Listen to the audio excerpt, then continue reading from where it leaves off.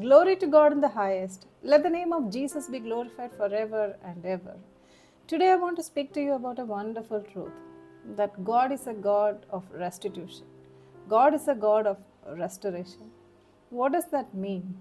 It means God is the one who restores, who makes things right again, who gives back what is lost, stolen, or broken in our lives.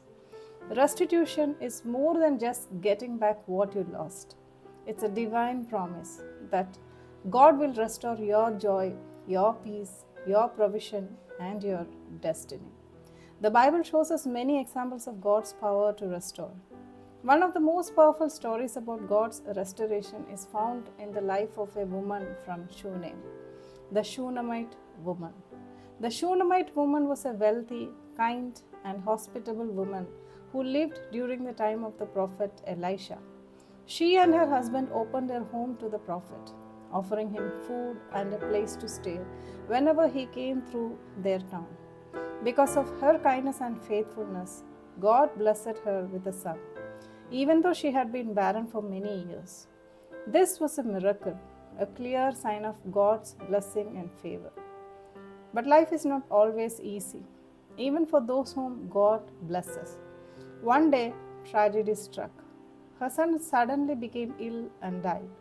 Imagine the pain and grief she must have felt. Yet, instead of despairing, instead of frustrating, this woman took a bold step.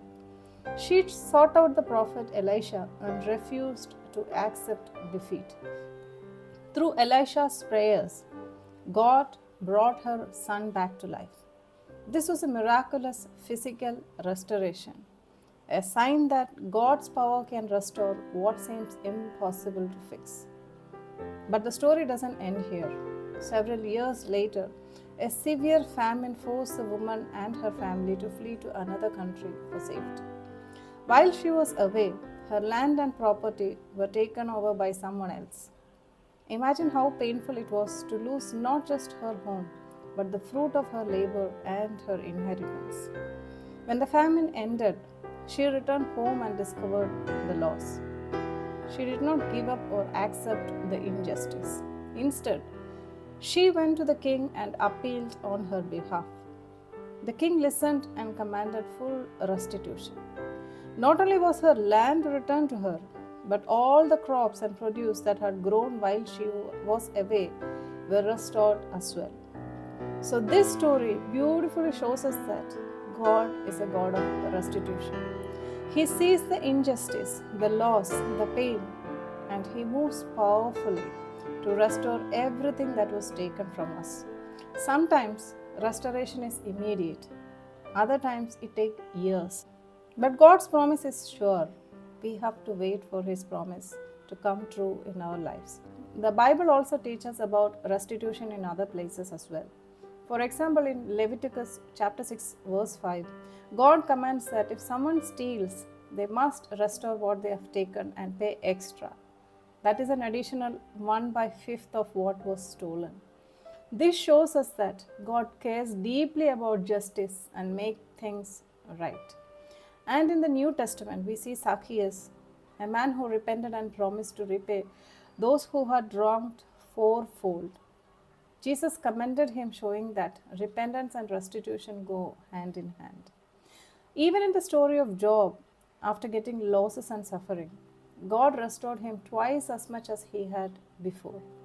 This shows that God's restoration can be abundant and overflowing.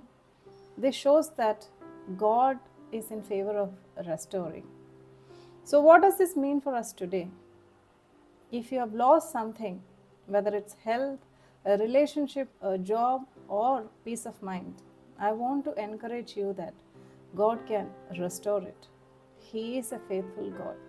He may ask us to be patient, to repent, or to boldly seek Him like the Shunammite woman, but His restoration will surely come. Sometimes restoration happens through unexpected people or circumstances, just like God used a king to restore the woman's property. God is able to work through any situation to bring back what was lost. So remember this: no matter what you have lost, no matter how broken things seem right now, Our God is a God of restitution. Trust Him to restore your life, your joy, your hope, and your property. Thank you for listening. God bless you. Come fall in love with Jesus and fall in love with the Word of God.